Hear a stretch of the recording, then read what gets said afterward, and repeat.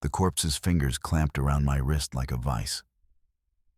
Dr. Sterling's security guard shoved me toward the door, but I kicked the medical cart into his knees, just enough time to grab the chart.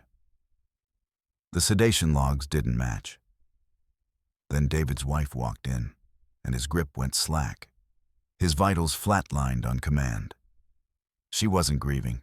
She was hunting, and I was the only one who knew he wasn't dead. The scent of industrial bleach and stale coffee clung to the sterile air of ICU Room 4. Sarah Jenkins leaned over the bed, her knuckles white against the plastic casing of David Miller's IV pump. The rhythmic hiss of the ventilator provided the only pulse in the room. David's skin possessed the gray, translucent quality of wet parchment, his chest rising and falling in a mechanical mockery of life. Sarah adjusted the flow rate, her thumb hovering over the dial. She felt the familiar, heavy itch in her chest, the need to apologize for the way the air conditioning hummed too loudly, or for the fact that she hadn't polished the chrome on the bed rail to a mirror shine. She tapped the bell of her stethoscope against her palm. Tap, tap, tap, the rhythm grounding her. Each beat was a silent plea to the universe. Don't let him die on my watch. She checked her phone, her thumb blurring as she logged an entry into her spreadsheet. Apologized to the night janitor for the scuff mark near the door. Entry 4113. The silence shattered. A cold, calloused hand lunged from the sheets, snapping around Sarah's wrist like a steel trap. The force jerked her forward, slamming her hip against the metal bed rail with a dull, metallic thud. A gasp caught in her throat. David's eyes, previously rolled into his skull, now burned with a frantic, lucid electricity. He didn't blink. His fingernails dug into her skin, piercing the thin latex of her gloves. The strength was impossible. According to the charts, his muscles should have been useless ribbons of atrophied fiber. "Help," he wheezed. The word emerged as a wet rattle, thick with months of disuse, smelling of copper and the slow rot of a body kept alive by wires. Sarah froze, her heart hammering against her ribs like a trapped bird. "Mr. Miller? David?" He pulled her closer, his grip tightening until her bones groaned under the pressure. This man had been a flat line on the neurological charts for weeks. Dr. Sterling had signed the papers. The harvest was scheduled. Yet, here he was, anchoring her to the bedside with the desperate strength of a drowning man. His pupils dilated, swallowing the blue of his irises until two black voids stared back at her. "Don't let them," he hissed, his gaze darting toward the closed door. Sarah reached for the emergency call button with her free hand, her fingers trembling, but David yanked her back.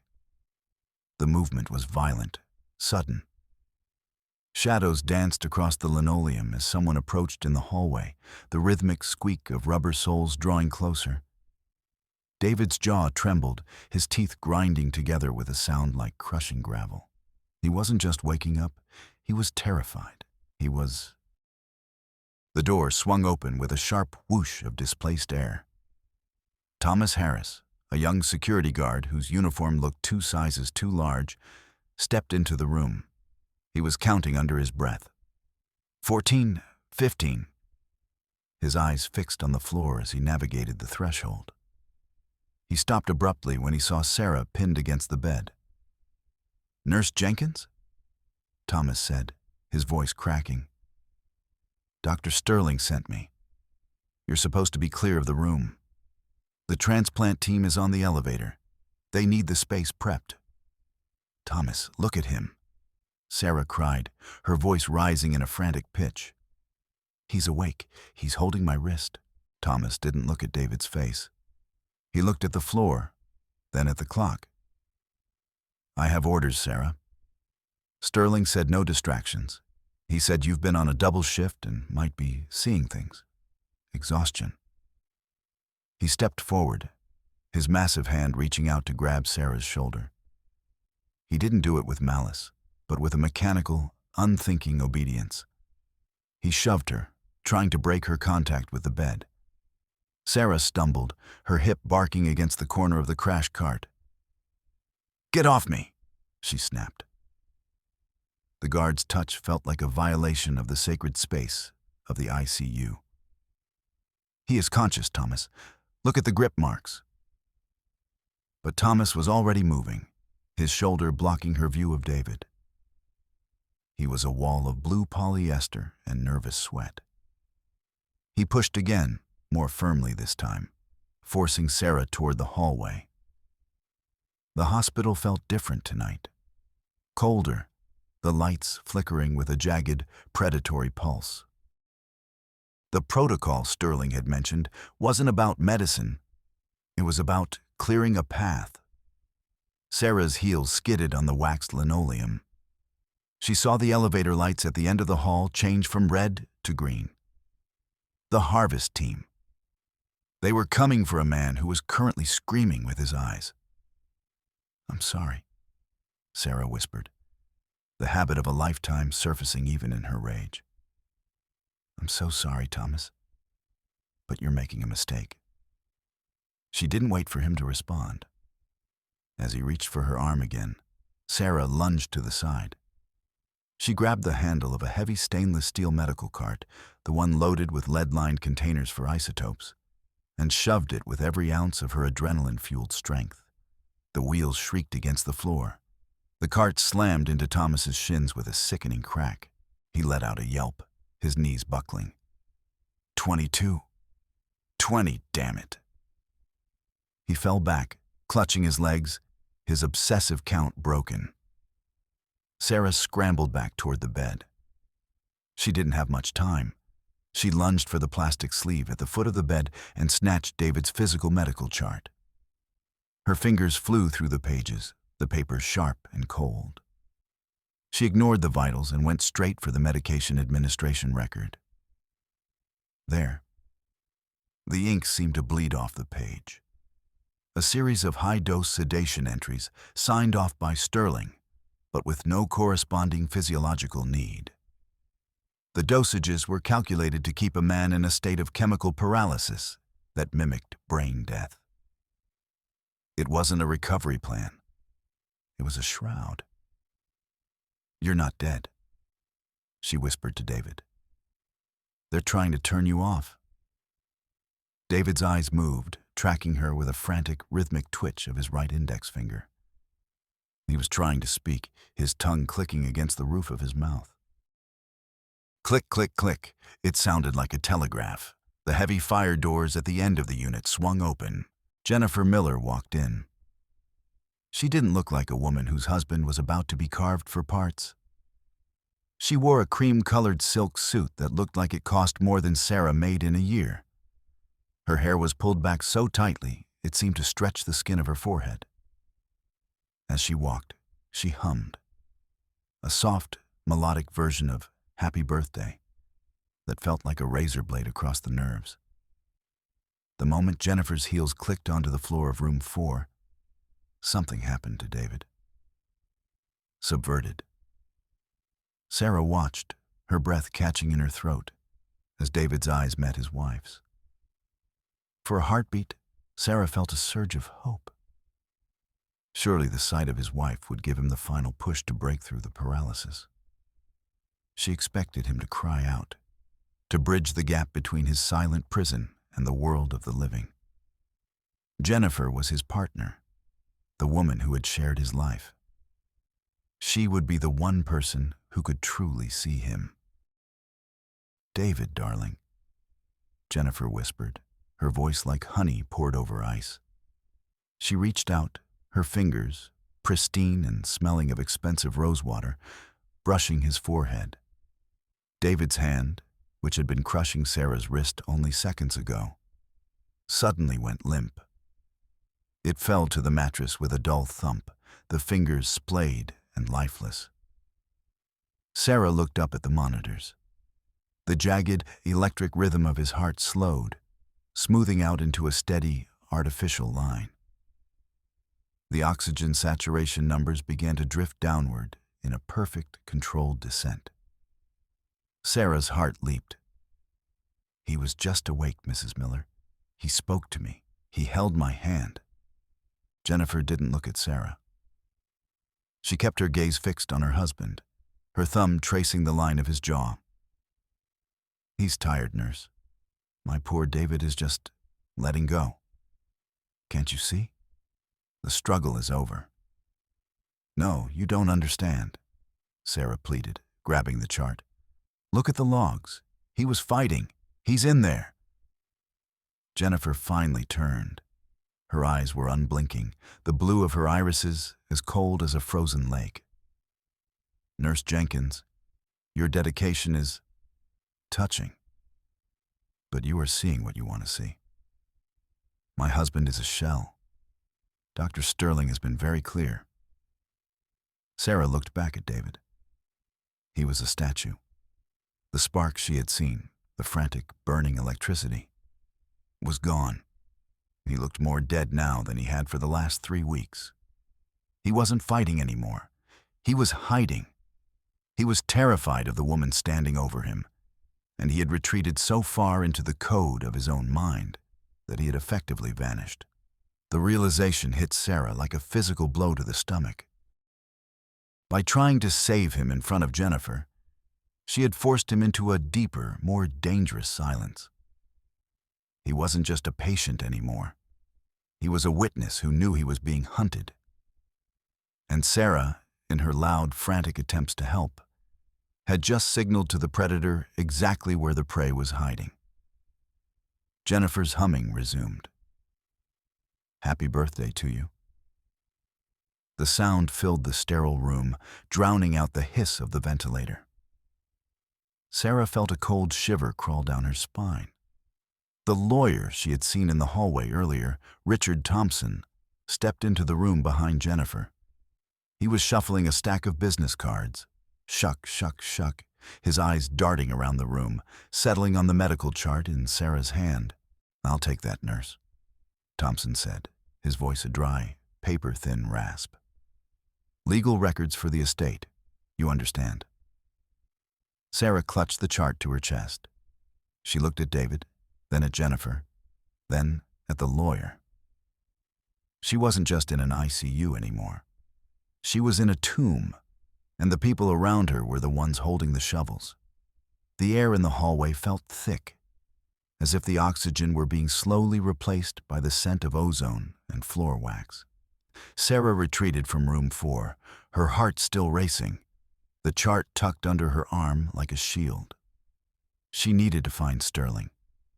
She needed to make him look at the bruises on her wrist before the transplant team began their work. She found Dr. Robert Sterling at the central nursing station, straightening his silk tie for the 3rd time. He was staring at the ceiling tiles, his lips moving silently. 36? 37? Dr. Sterling, Sarah said, her voice trembling. We have to stop the harvest. David Miller is conscious. He gripped my wrist. Look.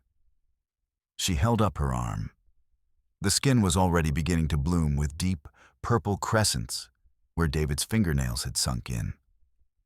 The marks were undeniable evidence of a motor reflex, far beyond the capabilities of a brain-dead patient. Sterling didn't look at her arm. He didn't even stop counting. 38, 39. Nurse Jenkins, we've discussed your tendency toward over-involvement. The tests are conclusive. The flat line on the EEG doesn't lie. The EEG is being suppressed, Sarah hissed, leaning over the desk. He's being drugged. Look at these sedation logs. Why is he on a high-dose paralytic if he's already brain-dead? It's redundant, unless you're trying to hide the fact that he can still move. Sterling finally looked down. His eyes were weary, framed by the weight of 1,000 compromises. The paralytic is to prevent post-mortem muscle twitching. It's a standard comfort measure for the family. We don't want Mrs. Miller to see her husband's body jump during the procedure. It's traumatic. Traumatic? Sarah felt a laugh bubble up in her throat, sharp and bitter. What's traumatic is harvesting organs from a man who is trying to say, "Help." Sterling's face hardened. The silver-haired, distinguished mask slipped, revealing a jagged, desperate edge. That's enough, Sarah. You've been on duty for 18 hours. You're hallucinating. If you mention this again, if you interfere with the transplant team, I will not only fire you, I will file a report with the state board. You'll never so much as hand out an aspirin in this city again. He turned back to the ceiling. 40. 41. Sarah backed away, the tap-tap-tap of her stethoscope against her palm sounding like a death knell. She was alone. The person who was supposed to be the final gatekeeper of David's life had just locked the door from the inside. She retreated toward the darkened corner of the ICU near the supply closets. The shadows seemed to stretch and yawn. As she passed David's room again, she saw something through the glass. The personal laptop on David's side table, the one Jennifer had insisted stay there for his spirit, suddenly flickered to life. The blue light of the screen cut through the gloom like a knife. Sarah stopped, her breath hitching. Lines of white text began to scroll across the screen at an impossible speed. It wasn't a screensaver. It was code. C++ source code, scrolling in a frantic, endless loop. Then, with a violent, mechanical snap, the laptop lid slammed shut. There was no one in the room, no breeze, no hand. Just the sudden, heavy silence of a machine being silenced. Sarah's skin prickled. "Still here," David had whispered in her mind. "The code is still running." She needed a reflex test. If she could get a pupillary response or a deep tendon reflex on video, Sterling couldn't ignore it. She turned toward the stairwell, intending to grab a pen light from her locker in the basement. The elevators were too slow, too public. The stairwell was a concrete throat, humming with the vibration of the building's massive lungs. The air was stagnant, 85 degrees of unmoving heat. Sarah's scrubs felt like they were made of lead. She descended the first flight, her footsteps echoing. Clack, clack, clack. On the landing of the third floor, she stopped. A shadow detached itself from the wall. Michael Wilson, Elena's driver, stood there. He was a mountain of a man, his neck thicker than Sarah's waist. He didn't say a word. He simply stepped into her path, his presence occupying the narrow space until there was nowhere for her to go. He cracked his knuckles, pinky to thumb, left hand, then right. Pop, pop, pop. The sound echoed in the claustrophobic space. "The lady says you're making things difficult, nurse," Michael said. His voice was a low rumble, the sound of stones grinding together. "I'm just doing my job," Sarah said, trying to keep her voice steady. "Please move. I have a patient to attend to." "You don't have a patient," Michael replied, stepping closer. He didn't touch her, but the heat radiating from him was oppressive. He smelled of cheap cigarettes and expensive leather. "You have a shift that's over. Go home, Sarah. Sleep it off." "I know what she's doing," Sarah said, her voice gaining a sharp, desperate edge. "I know about the poisoning." Michael's eyes didn't flicker. He reached out, his massive hand pinning Sarah against the rough concrete wall. The grit bit into her shoulder blades. "You don't know anything. You're just a girl who's tired. People get tired. They make mistakes. They trip." He looked down at the stairs. The implication was clear. Thomas Harris was somewhere above them, counting his steps. But he wouldn't help her. He was too afraid of the dark. Sarah felt the weight of her medical scissors in her pocket, the heavy, blunt-tipped shears used for cutting through denim and bone. Her hand slid down, her fingers closing around the cold steel. "Move," she whispered. Michael leaned in, his face inches from hers. Or what? Sarah didn't hesitate. She didn't have the luxury of an apology this time. She pulled the shears and jabbed them upward, not for his chest, but for the soft meat of his forearm where it pinned her. The steel pierced the skin with a sickening squelch. Michael roared, a sound of pure animal surprise. He recoiled, clutching his arm as blood, dark and thick in the dim light, began to bloom across his white shirt. Sarah didn't wait. She lunged past him, her sneakers skidding on the concrete. She tore open the fire door to the second floor, her lungs burning. She wasn't a nurse anymore. She was a fugitive in a building she had spent 10 years trying to protect. She scrambled into the records room, a windowless bunker filled with the smell of old paper and ozone. She needed the toxicology report. If she could prove the poisoning, the brain death became a crime scene, and the harvest would have to be halted for a forensic autopsy. She found the file under a stack of pending disposal folders. Her eyes blurred as she read the chemical analysis. Succinylcholine derivative, a synthetic paralytic that didn't show up on standard panels. It was a designer drug, something meant to mimic the exact physiological symptoms of a brainstem death while leaving the mind perfectly, horribly intact. The accident hadn't been a car crash or a stroke. David had been fed a chemical lie. "He's being buried alive," Sarah whispered, the words tasting like ash. She heard the shuck, shuck, shuck of business cards in the hallway. Richard Thompson, the lawyer, was standing in the doorway, his shadow long and thin across the linoleum. "That's private property, Nurse Jenkins," he said, his voice devoid of emotion. "And I believe your credentials have just been suspended."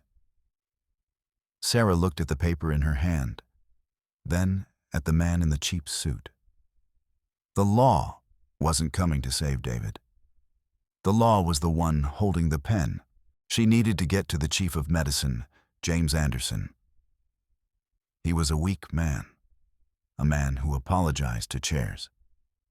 But he was the only one with the power to override Sterling. As she ran toward the executive wing, she passed the hospital lounge. Jennifer Miller was sitting there, her silk suit pristine, her hands moving in a rhythmic, obsessive scrub with a wet wipe. Her purse sat unattended on the side table. Sarah slowed down. Her heart was a drum in her ears. She looked around.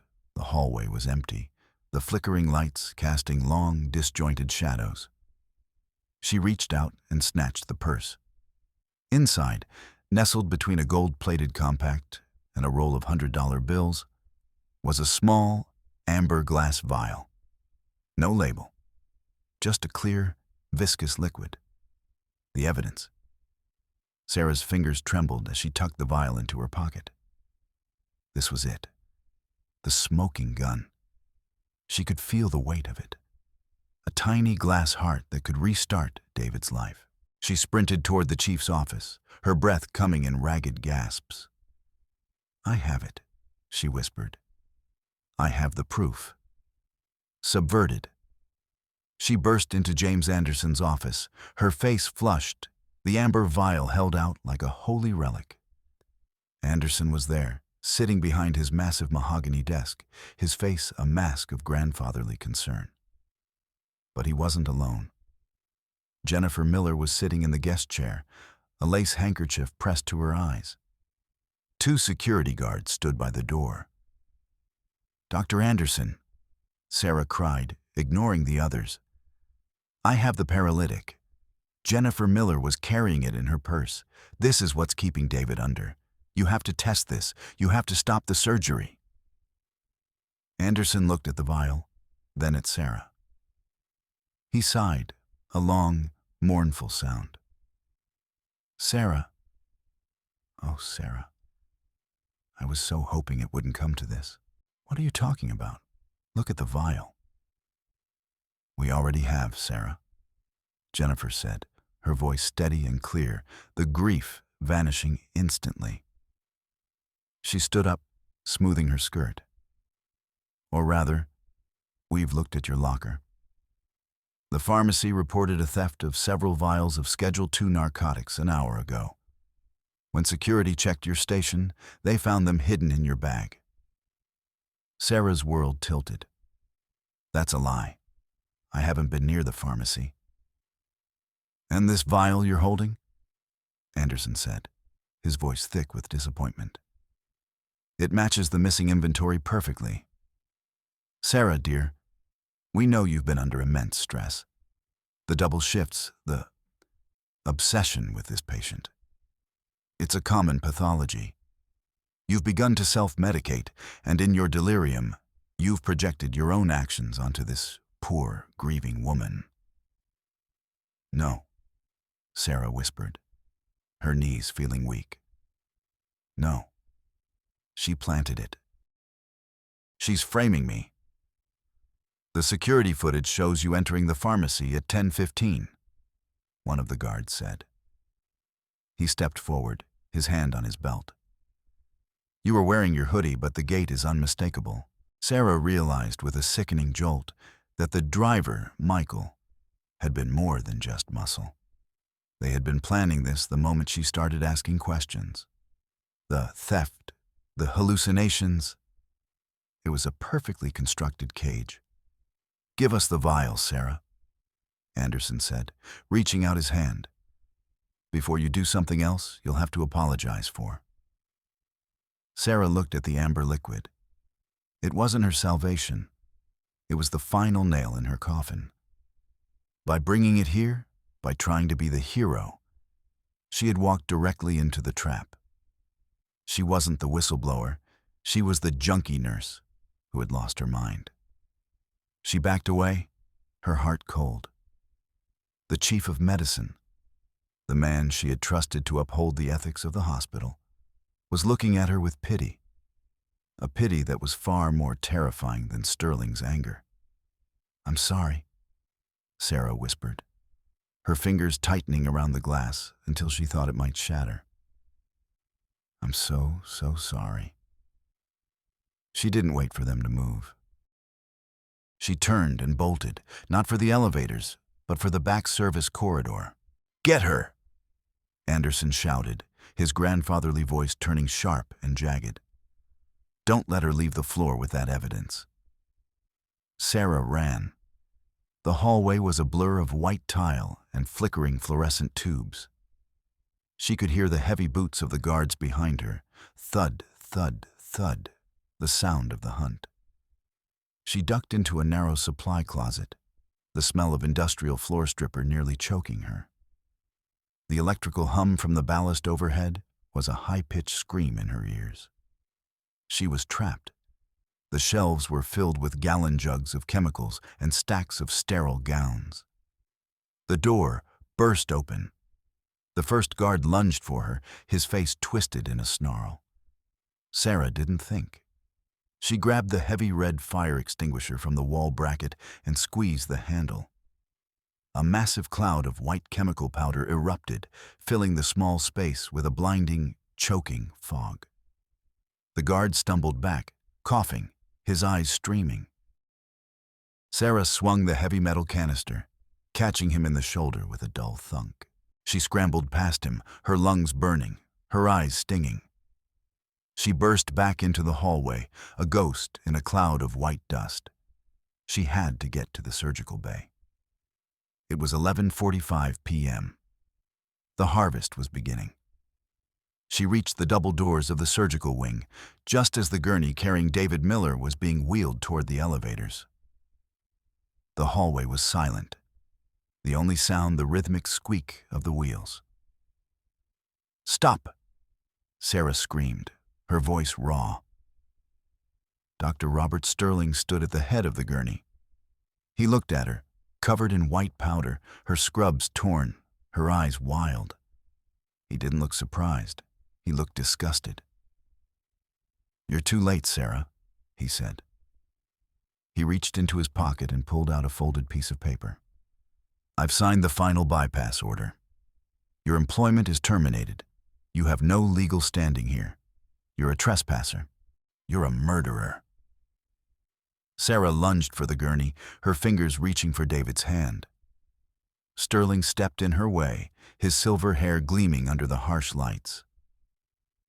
I'm a man who pays his debts, Sarah. Jennifer's family. They own the bank that holds my mortgage. They own the clinic where I practice. If David Miller doesn't die tonight, I lose everything. He leaned in, his voice a cold whisper. Go home, before they put you in a cell. He signaled to the guards. No. Sarah fought, her nails digging into the guards' arms as they grabbed her. He's alive. David, wake up. Fight them. She watched, her vision blurring with tears, as the elevator doors began to slide shut. David was on the gurney, his face a mask of gray parchment, his eyes closed. He looked so small, so fragile, under the weight of the machines. The doors clicked shut. Clack. The sound was final. The elevator began its slow, mechanical descent to the operating theaters in the basement. Sarah was dragged down the hall, her feet scuffing against the floor. She was thrown into a small concrete holding room, a security suite that was nothing more than a windowless box. Stay there, the guard growled, slamming the heavy steel door. Sarah slumped against the wall. The silence was absolute, broken only by the rhythmic drip of a pipe somewhere in the ceiling. Drip, drip, drip. She looked at her hands. They were shaking. She had lost. David was gone, her career was over, and the world was going to keep spinning as if nothing had happened. Then she saw it. The pneumatic tube system. A small brass-rimmed portal in the wall used for sending lab samples and charts across the hospital. It was a physical network, a series of veins that bypassed the digital monitors and the security guards. Sarah scrambled to the desk in the corner. She grabbed a scrap of paper and a pen. Code Blue. Operating Theater 4. Patient conscious during harvest. Ethics Committee override requested immediately. She stuffed the note into a plastic carrier, her fingers flying. She didn't send it to the lab. She sent it to the central nursing station, the pharmacy, the ER, and the chief's secretary. She sent it everywhere. Then, she turned to the door. Hey, help! She screamed, falling to the floor. I can't breathe. My heart.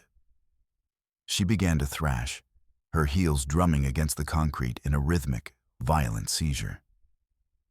She bit her lip until she tasted copper, letting the blood trail down her chin. The guard's face appeared at the small, reinforced window. He hesitated, then the lock turned. Nurse Jenkins? Hey! As the door opened, Sarah didn't stop thrashing. She waited until he was close, until he reached down to check her pulse. She lunged upward, her forehead slamming into his nose with a sickening crunch. He fell back, clutching his face, and Sarah scrambled out the door, her heart a wild, frantic thing. She didn't use the stairs. She used the laundry chute, a dark vertical tunnel that smelled of bleach and dirty linen. She slid down, the metal burning her skin, until she tumbled into a pile of cold, wet sheets in the basement. She burst into Operating Theater 4 just as the first incision was about to be made. The room was freezing, 58 degrees of sterile, biting cold. The overhead lights were a blinding, singular sun. Dr. Sterling was standing over David, the scalpel in his hand gleaming like a silver tooth. Stop! The room froze. The nurses, the anesthesiologist, the transplant surgeons. They all turned to look at the girl in the doorway, covered in dust and blood and wet laundry. Sarah, get out! Sterling hissed, his hand trembling. Security. You didn't do the test, Robert, Sarah said, her voice calm now, a singular, focused point of iron. You skipped the brainstem protocol. You were too busy counting your debts. She walked toward the table. The guards were coming. She could hear them in the hall, but she didn't care. She grabbed a syringe of ice-cold saline from the prep tray. "The cold caloric test," she whispered. "The one thing your drugs can't hide." Before Sterling could move, Sarah leaned over David. She tilted his head and poured the ice-cold water directly into his ear canal. It was a primitive test, a brutal shock to the vestibular system that even the deepest chemical paralysis couldn't fully suppress. For a heartbeat, nothing happened. Then, David's eyes snapped open. They didn't just drift, they locked onto Sarah's with a frantic, soul-searing intensity. His pupils contracted. His head jerked, a small, violent movement that sent the surgical drapes fluttering to the floor. A collective gasp echoed through the room. The anesthesiologist dropped his clipboard. "He's awake," someone whispered. David's mouth opened, a silent scream of air and agony. He was looking at Sterling, and the look was one of pure, unadulterated judgment. The scalpel fell from Sterling's hand, clattering against the sterilized floor with a sound like a bell. The doors burst open. Not the security guards, but James Anderson and the hospital's legal counsel, followed by 2 police officers. The pneumatic tubes had done their job. The code blue had become a crime scene. Sarah stood back, her breath coming in slow, heavy draws. She watched as they swarmed the table, as the harvest became a rescue. She saw Jennifer Miller being led away in handcuffs, her silk suit finely wrinkled, her humming silenced by the roar of the reality she had tried to kill. Sarah walked out of the operating theater. She didn't stay for the praise or the questions. She walked through the basement, past the laundry chute and the security suite, and up the stairs to the main lobby. She pushed through the heavy glass doors and stepped out into the Chicago dawn. The air was crisp and cold, smelling of lake water and the coming rain. The city was waking up, the L train rumbling in the distance like a great iron beast. Sarah stopped at the edge of the sidewalk. She looked down at her wrists. The bruises were dark purple now, a permanent record of the night the dead man held her back. She wasn't a nurse anymore. She knew that. The protocols she had broken, the violence she had used, they would take her license. She had lost her career, her stability, her perfect record. But as she stood there, the sun began to bleed over the horizon, painting the skyscrapers in shades of gold and fire. For the first time in 24 years, the weight in her chest was gone. She didn't need to apologize. Not to David, not to her mother, and not to the world. She reached into her pocket and pulled out her phone. She looked at the spreadsheet, 4,113 entries of guilt. She hit delete. The screen flickered, then went blank. Sarah Jenkins took a breath, a real, deep breath that filled her lungs until they ached. Then she turned her back on the hospital and began to walk, her footsteps steady and sure on the waking streets of the city. She was no longer responsible for the heartbeat of the world. She was only responsible for her own. The code had finally stopped running. The end.